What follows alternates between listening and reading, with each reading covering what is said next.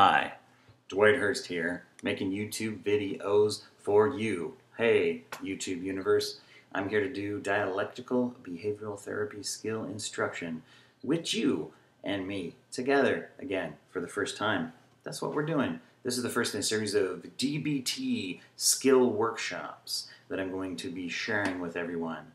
I am offering this to those of you out there who might need some supplemental DBT help. Maybe you're already involved in dialectical behavioral therapy, or maybe you're receiving psychotherapy of another sort or kind, and you'd like to supplement that with a little bit of DBT skills. Either way, maybe you're not able to access therapy. I do want to add one thing. This video is not meant at all, none of these videos are meant to replace therapy. However, it is meant to be something helpful if you can't access any kind of therapy. We're going to be talking about DBT skills and how to use those to improve your everyday life. You can learn more about this project at www.dwighthurst.com. Should be appearing somewhere on your screen here. You can also contact me at dwighthurst@gmail.com if you have any questions about this kind of a thing. You can also support the group. I'll mention a little bit more about that later if you decide that it's interesting or worth it. So, what the hell is DBT? Let's start with that. Dialectical behavioral therapy. I had a colleague who used to call it diabolical behavioral therapy, but that was just for funsies, because basically DBT is a way to help manipulate yourself into being healthy. At least that's why he called it that. So, dialectical behavioral therapy was developed in mental hospitals, primarily by Marsha Linehan, who's a psychologist, who noticed that a lot of people were experiencing such strong emotional stress that they found that it was an extreme burden in their life. They had to go to the hospital quite often. They had to go for instances of self-harm, suicide attempts, things like that. So she started out with people who are at the top of the emotional stress scale, if you want to think about it that way. And she said, what is it that is hard to do when you're flooded with emotion? And she came up with a list of skills, essentially 19 skills that DBT teaches, that are all about how to live your life in a way that doesn't allow your emotions to take advantage of you. I'd like you to think about it this way, if you would. Take a bunch of children and tell them all, hey guys, guess what? We're going to Disneyland or somewhere fun. Fill in the blank of your local amusement park or fun's place that would you like to take children to. And then a few minutes later tell them, no guys, we're not really doing that. I was just lying to you. Don't actually do this experiment. I wouldn't recommend that. What you're going to find, though, if you do, is that most of the children are going to be disappointed. Now, I know that's shocking, and you're like, I'm so glad I clicked on this video so I could learn this basic human psychology here. Most of them, all of them are going to be disappointed. Some of them may start to cry. Some may get angry. Whatever happens is going to happen. But the point is this. There's going to be a certain percentage of that group that are going to react much stronger than the others. These are the kids who are going to be like, no, but you said we were going. They're going to be furious. They're going to throw a huge tantrum. They're going to throw themselves on the ground. They're going to kick and scream more than the other kids are going to. That's the point. They're going to have a stronger emotional reaction. And when you are that kid who has that strong emotional reaction, think about the reaction of others around you. The adults are not going to like that. The children even aren't going to like that. Your peers aren't going to support you in that level of an emotional freak out kind of thing. And so basically the point is that we all have a natural emotional reactivity to life. And if you happen to have very strong emotions, you can go through your life feeling basically like a victim to those emotions, like you were held hostage by your own emotional reactions. And that can lead eventually to shame. It can lead to hiding your emotions. It can lead to having a difficult time trusting other people, or being emotionally open, vulnerable, intimate, all of those kinds of things. It can also lead to a sort of unhealthy type of problem solving, because if my feelings are the problem, I'm either going to completely indulge them or try to hide them, or I'm going to try to do both. And that's going to lead me to do some unhealthy things. That's where self-harm comes from, cutting, burning one's self as a way of either self-punishing or processing stress or trying to relieve anxiety. Becoming suicidal, those types of things. Wanting to end my life because everything feels hopeless. All of these things, they may not be healthy, but they make a lot of sense when you're in a place where your emotions are flooding you and you're overwhelmed. So, that's what DBT is all about. The dialectical part of DBT refers to a sort of balance. In philosophy, and don't Google any of this, or maybe I'll be wrong, but my understanding of the word dialectical, a dialectical philosopher, for example, is someone who tries to look at opposing ideas and seeing if they can make them coexist peacefully. Much like my hands just did in that example. You guys notice this? This is some top-notch blocking that I'm doing over here. And it's all for you. Two ideas that don't seem compatible that need to exist. Or in other words, a blending and a balancing of different feelings, different emotional reactions. If you think of that as the D in the DBT, then you might be on to what we're talking about. The other nice thing about it, from a marketing standpoint for those that write DBT books, is that when DBT first came out, before it was so famous, D, when you say it, kind of sounds like C. And CBT means cognitive behavioral therapy, which is one of the more established kinds of therapy. So I'm just saying that Marsha Linehan, not only is she a very, very brilliant clinician, she ain't no dummy when it comes to marketing. You know what I'm saying? So anyway, think about it. D, C, they sound the same. So, yeah, D and C. I just wrote that down. Those are the notes that I was making. This is just a little insight. This is a little bit behind the curtain for you guys. As I said before, DBT is separated into about 19 skills. They're separated into a couple different areas. The first of these that we're going to be covering is what we call distress tolerance. Distress tolerance, what it refers to is basically surviving when we are in a state of distress, tolerating our distress. It doesn't mean problem solving, and it doesn't mean making everything better. What it means is surviving my distress until I am no longer in such a heightened state of distress. The next section is called core mindfulness. Core mindfulness has to do with how we think. Mindfulness is a big part of DBT, and we'll be getting into that. If you watch any of these series of videos, you'll hear me talk about mindfulness. We'll get into that. Interpersonal effectiveness, or our ability to be social, that's something that often gets impaired. If we find ourselves flooded with emotion, then our brain switches into survival mode, panic mode.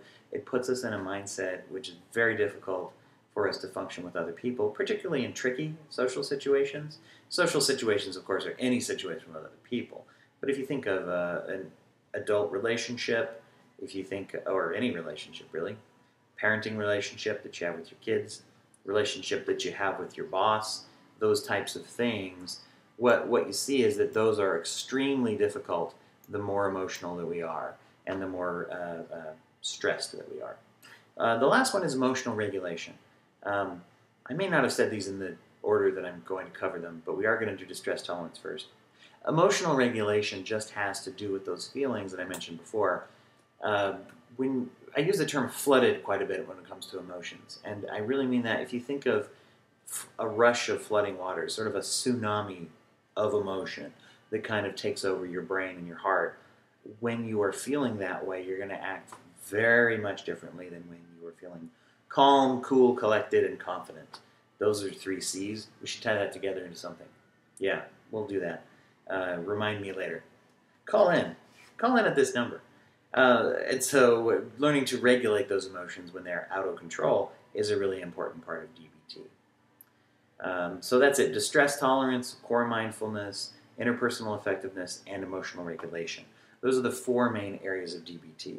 As you are going to be watching these videos, and as I'm going to be covering these things, I thought I'd also let you know of another resource, another free resource that's really helpful. There are also a lot of good books and things out there you can purchase about DBT, but if you go to the website dbtselfhelp.com, that's dbtselfhelp.com. I actually get a lot of my materials from that website, number one, because it's free. But the real reason that I like it is that it is maintained and administrated by people who are practitioners of DBT. And by practitioner, I don't mean clinicians. Although some of them might be social workers or therapists, I don't have any idea. It is done by people who have gone through DBT treatment themselves. And so they make and create handouts and tips and lessons and things about DBT that they have a really close connection to because they've used them to help get over some problems, and they use them in an ongoing way in their day-to-day lives. And I like that. It's not just somebody theorizing about it. It's people who've really been through it. A little bit about the DBT skills themselves. I like them. I use them with almost all of my clients in one way or another. It's something that is very useful. I use them in my own everyday life. I use them with my kids as well, trying to help them to learn about things. So that's something that's going to be very important and also hopefully very useful to those of you that are participating in this project. Along with that, I'll show you this. This is a piece of paper with stuff written on it. Screen capture, enlarge, now you got your own. Just kidding. With the DBT process there's something called a diary card, and you can find a lot of these online. You can also find my diary card. I'll tell you what it is and what it does. A diary card is meant to track your actions and urges that you have when you are emotional. It has also a place for you to keep track of what kinds of feelings you're having each day. And if you track this thing, one of the things they found is that when you are journaling your feelings, when you're journaling the things that you're doing, it helps you to be able to change whatever you want to change. It also helps you to become aware of what's going on in your life. The other thing on the diary card that I have created, as I said before, DBT's been around for a long time. You can find a lot of diary cards online. There's a very basic diary card that comes with most of DBT books that you can copy right out of the book. I've gone through and created one as well that has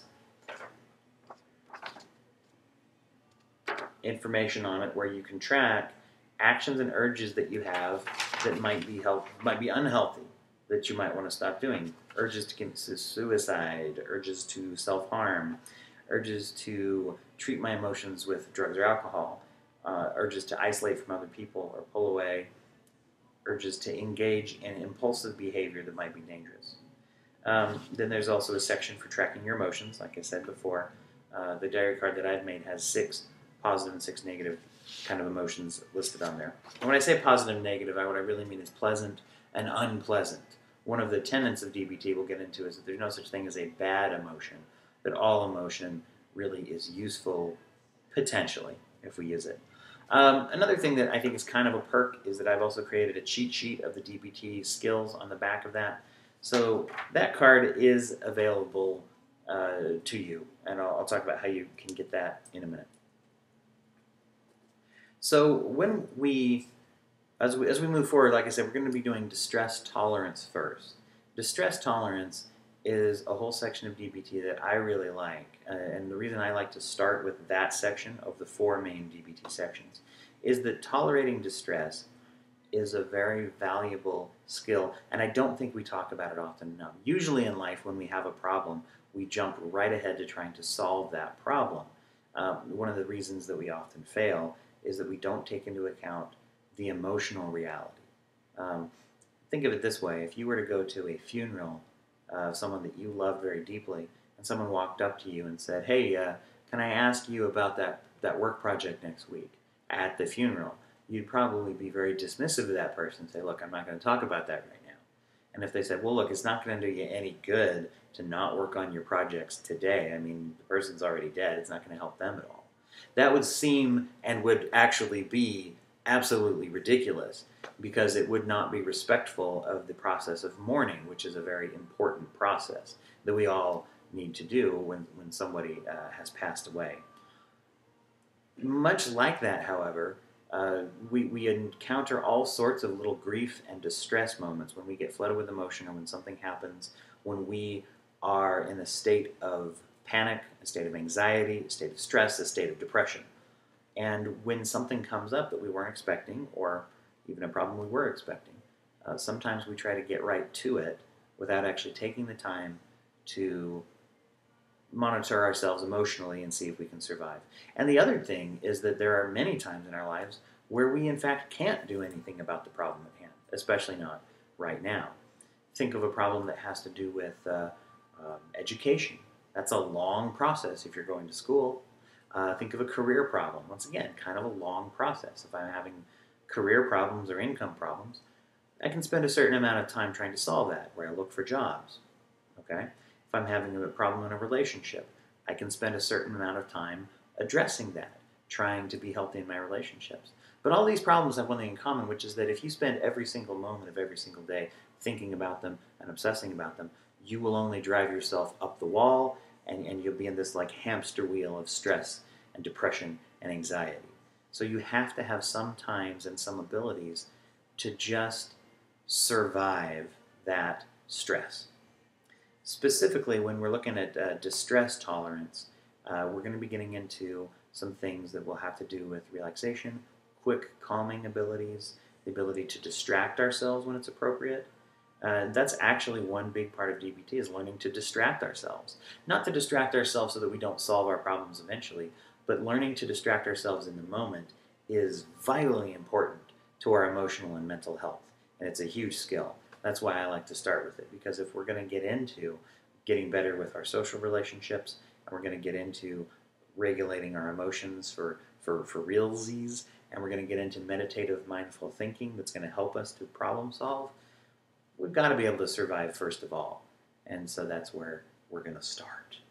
So next week's workshop is going to get right into the practice of distress tolerance. We're going to be talking about a DBT skill that I think is a good one to start with. It's known as accept.